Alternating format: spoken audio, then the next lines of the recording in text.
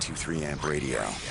92.3 Amp Radio. It's Niko. Facebook Live. What up, people? We're live from the StubHub Stage. I'm so excited. I'm in New York City. I got Cat Graham hanging out with me today. I'm making him laugh. This might be the most ridiculous interview you've ever done. Why did you make fun of my clearing my voice? No, I just love it. I mean, we all have these things that we get ready to do before. You know, I get like, sometimes I get nervous maybe before I'm like going to perform or something, and I just get like the goofiest I can. So it was just funny. It sounded like a cat in a hairball. I loved it. I loved it. Every time I talk on the radio, you know, I'm just waiting for the song to end, so I'm like, so I do it with the mic down. I do it like, just make all your weird sounds that you can't make when you're on the radio. So yeah, you got to clear your throat sometimes. It's great, and now we're on the radio. So Facebook, you now Hi, know Facebook. that I excessively clear my throat before we go live. It makes me happy. And Kat makes fun of me all the time. No, I'm gonna get it on a voice note, and anytime I'm gonna perform, it'll like really kind of kill my nerves. So there you go. I'm just ready laugh. to go. Yeah. They'll be like, Kat, we need you to We calm need down. you, yeah. You're on set right now. Be professional. Just like, yeah. Welcome to New York City. Thank you. I love being in New York, and it's a very fun, fashionable day to be here. So I'm happy. How often do you get? Why is it a fun fashionable What? day? Let's keep going. I get here like once a week. Oh, okay. Which is bizarre, right? That's like nice. that's a lot. That's Yeah. a lot of time in New York. I'm here next week to do something for Foster Grant because I rep those sunglasses. Yeah. And here I'm doing some cool radio spots for you fine folks. Yeah. Well, you're making music, so now you're I'm in my making world. music. Now I'm in your world. Yeah. Welcome to it. I'm happy. I listen. Amp is the bee's knees. Keep going. And it is the cat's pajamas. And it is the I don't know what comes after cat's who's your pajamas, the favorite alligator DJ? socks. You can say it loud. Niko! Niko! Thank you, So Kat. yes, no, and I'm so excited that you've decided to add sometimes to your top 40 spins. This has been the most amazing day ever. I can't believe you decided to do that. We so are thank you. swinging for the fences and hitting home runs all day today. And after that, we're going to pet puppies and Yes. eat ice cream.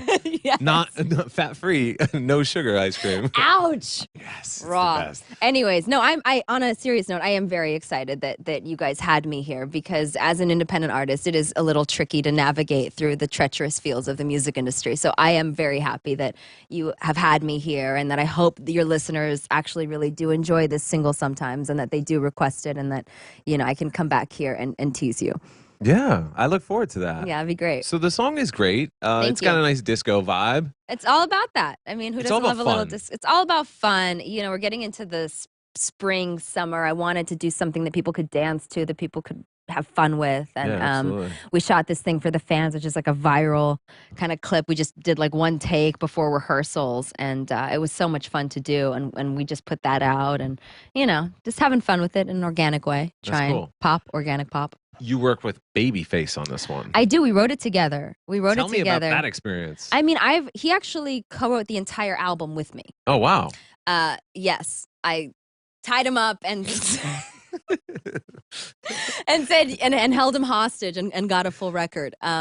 No, he actually surprisingly did it willingly, and we had a great experience. You know, we just get along really well. I was very particular about who I worked with on this record. Okay. I wanted it to still feel pop and still feel accessible, but still have kind of a classic feel to it, but still be modern and still be a bit throwback, if that makes any sense. It's a lot of things. 14 different genres. It's a lot of things. It but sounds great altogether. you know what? Disco needed to come back a bit, and I wanted to do something that felt that would feel really good live. Mm-hmm. So all the songs have this musicianship that wasn't necessarily there on the previous record because that was all kind of like 90s, and this is more like horns and more guitar solos and some really cool stuff on this Are record. you super cautious of that? You want it all to kind of like follow one genre?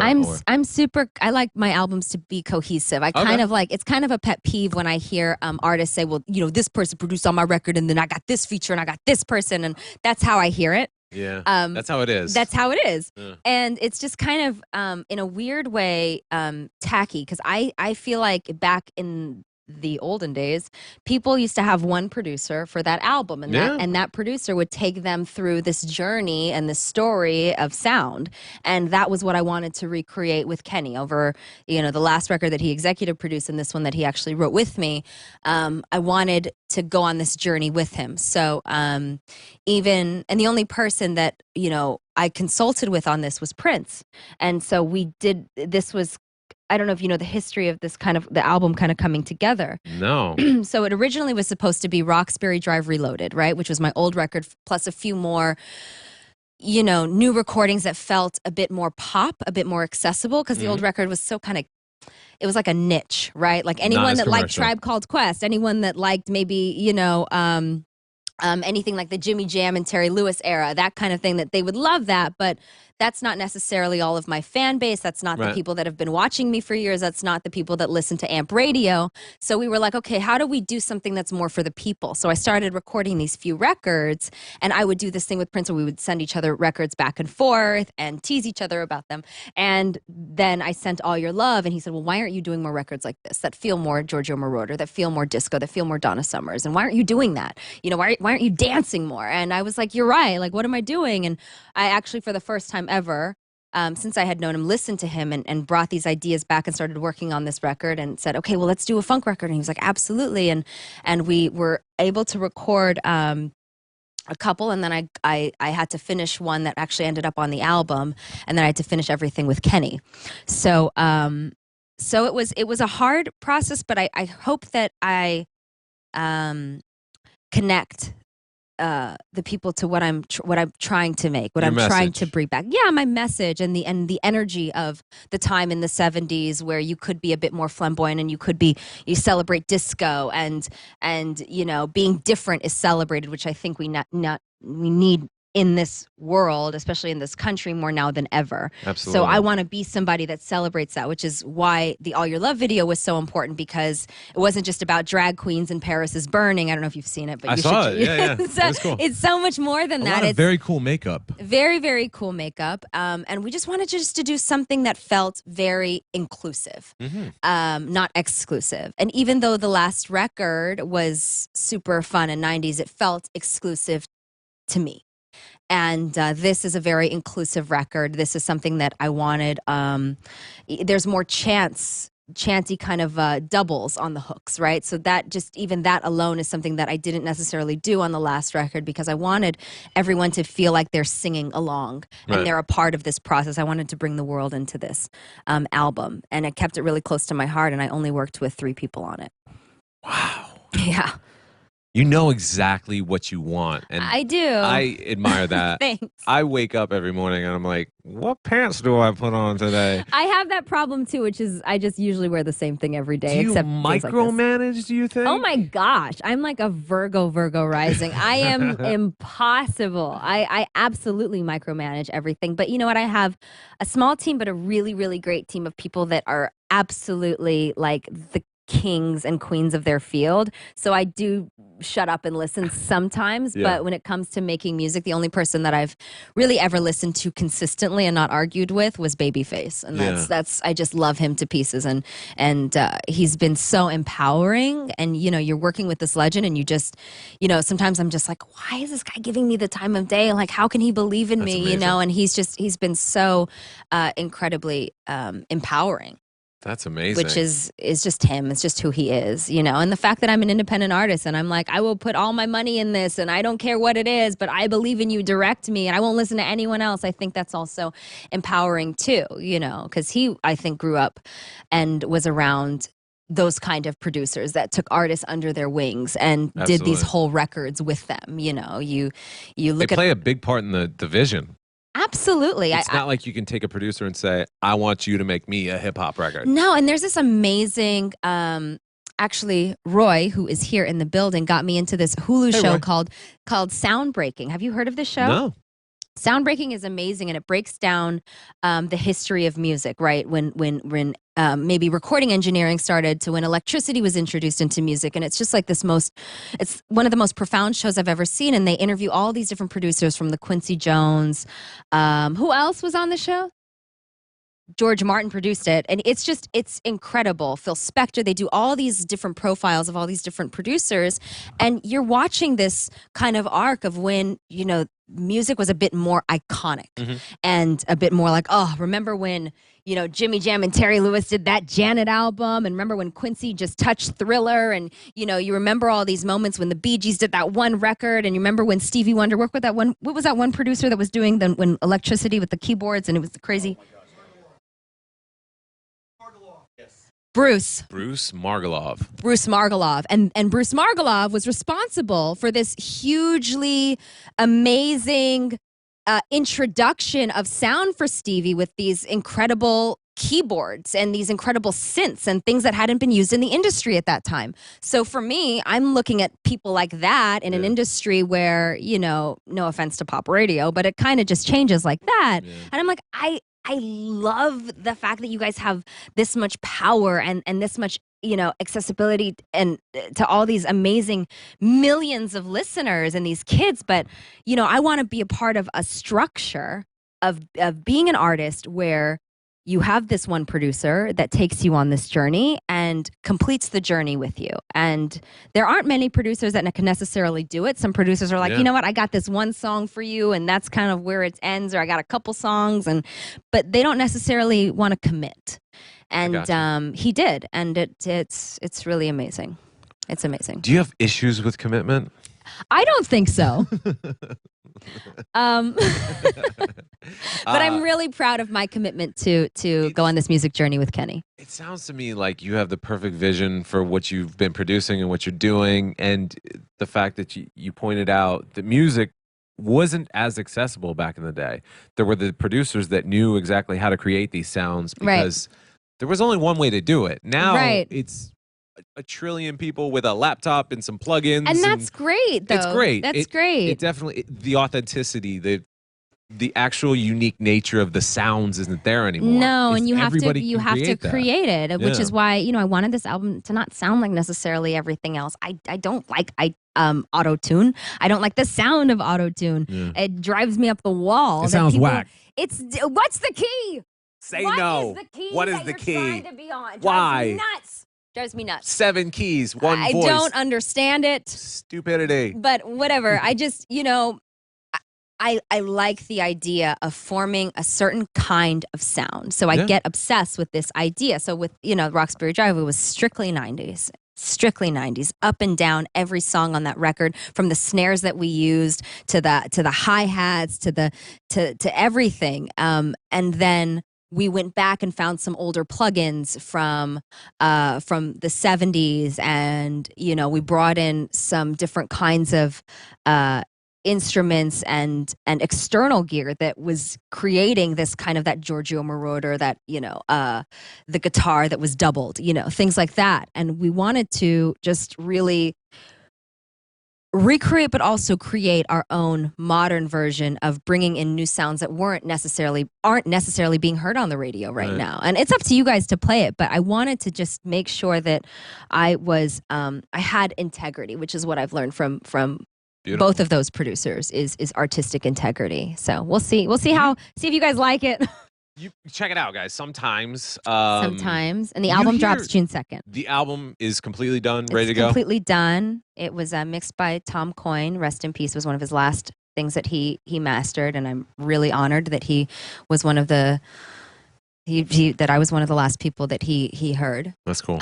So, you know. That's a cool tribute, is what I meant. Yeah, absolutely. It's a tribute to both of them. So June 2nd, the single's obviously out right now. You can buy it, stream it, it's amazing. It's fun. It's all about bringing fun music back. It's super fun. And I want to encourage there's this one guy that did this full choreography on, like, in his bedroom, and I'm obsessed with him. And I just want to encourage all the fans just to do your own choreography to it, because I love that. Sometimes, sure, or just tag me in it. I love it. Cat in it. We could do an amp sometimes dance challenge, and I'm so into it. I just love seeing them get into it. So. I could participate in that. Yeah, maybe. I don't know. You seem like you can get down. I can get down. You seem just like the type. Wife. You seem like the type. She's 8.5 months pregnant. If you know what I mean. Congrats, too baby far. mama. Too far. It's all right. Lowbrow. That's okay. Babies can get down. Joe from Digital just gave me the He's like, lowbrow. up. I took it there. It was like an educational conversation until I threw it in the trash. No, it's good. But, it's good. Baby mamas are good. They inspire us. I'm refreshed to have known you now. Oh, thanks. You're a breath of fresh air. I hope so. Holy smokes. People know you from acting for the most part? People know me from a show that I was on for 8 years called Vampire Diaries. And I played a character that did not wear teal green. But I played a witch on the show for like 8 years. And I've done some other stuff. And I have the Tupac biopic coming out in June. Yeah, can we talk about that? Sure, because that was like my youth. Really? Oh, absolutely. You a big Tupac fan? I mean, I was a fan of hip hop in general. Yeah. I wasn't Who'd you such listen a to? West Coaster. I was more on the East Coast, like Biggie, Jay-Z, Nas, Tribe. I was on this side. But I definitely respected. I love Tribe. Obviously, I mentioned them already. Absolutely. Yeah. You did. You threw it out there and I was like, well. No, I'm like obsessed with Q-Tip. I should never be in a room with him, ever. Like, drag me away. He's amazing. He's and his voice is for real the same in real life that it is recorded. I couldn't handle it. I just couldn't handle it. Yeah, no, I love good hip hop. I mean, I love even just like now, like I love Questlove. Yeah. You know, The Roots and that's amazing. Jurassic 5. So what does this mean for you to be playing a part in the All Eyes on Me Tupac documentary? Well, first, I just like really, I can't believe it. You know, I think when I shot it, I was still kind of I can't believe this, you know. And then now it's coming out, I'm like still like I can't believe this. And you know, for me, I was pretty young when Tupac was out and when he was alive and promoting his music, but I still remember the music, and I still remember like being in dance class dancing to it, and I remember listening to it on the radio, and I remember being proud that I was living in California and there was this amazing artist that was representing the West Coast. And then as I got older and I started to do some research on him, I was like, wow, this guy is like so profound, you know, and so different than just rappers. I mean, I wish more rappers today talked about more issues, and maybe that's why I like old school hip hop, is because it actually had a message to it, you know, and there was such poetry, and the Rakims and the Commons of the world were really taking everything that they put down and making sure that it made sense and had meaning, and you could listen to it in 20 years from now and know exactly what was happening at the time. Yeah. Whereas I feel like a lot of rap, not hip hop, nowadays is just not that everything has to be super politically conscious or socially conscious, but I think that's why Tupac meant so much to so many people, is that he was talking about not just what was going on in the hood, but he was talking about what was happening in politics. In his interviews, he would you know, challenge different standards of the church, social issues, you know, drugs and gangs, and he would talk about things and things that were kind of taboo to talk about. And I really loved that about him. And I think that if more artists, I mean, you have great artists today like Kendrick Lamar who actually take that responsibility and do that, and the Chance the Rappers and people that are trying to elevate the consciousness of the industry and the world. But there are still, I think they're outnumbered by so many other artists that maybe don't care, or think that it's just easier to go this route if I just talk about guns, or if I just talk about sex more, or I just talk about, you know, big booties and blings and whatever that no one really has. Like, we don't have a bunch of bling, and we don't have all these cars, and, you know, maybe that it's not so relatable as what the kitsch is, but I don't get it. So I've back to Tupac now, being older and looking at him, I'm just like, okay, now I'm even more excited to be a part of this movie, because it does show that, and it does show his mom, who was a Black Panther, and it does show all these different things of his trials and his tribulations. It's really a great film. Yeah. Wow. Yeah. He's super inspiring, obviously, to a generation of hip hop fans. Absolutely. And when can we check that out? That is coming out June 16th in theaters everywhere. The kid that plays Tupac Demetrius Shipp. Dead on exact. I was watching the trailer. And it's more than his features. It's everything. Because mannerisms. sometimes he doesn't look like him when we're hanging out. I just, you know, I don't think about it. Right. But but when we were shooting it, I remember there were these moments where I would just get chills. Yeah. And I'd be sitting in the trailer next to him. He'd be like, he'd walk in and he'd be playing his music, Tupac. He'd be playing Tupac, and he'd be walking into the trailer, and he'd be like getting his hair done because we had like a million different hair changes. Sometimes we'd be changing eras, multiple eras in one day. So we'd go from like 80s to 90s to like 80s again, and we were just bouncing all over because we would change the scene setup sometimes.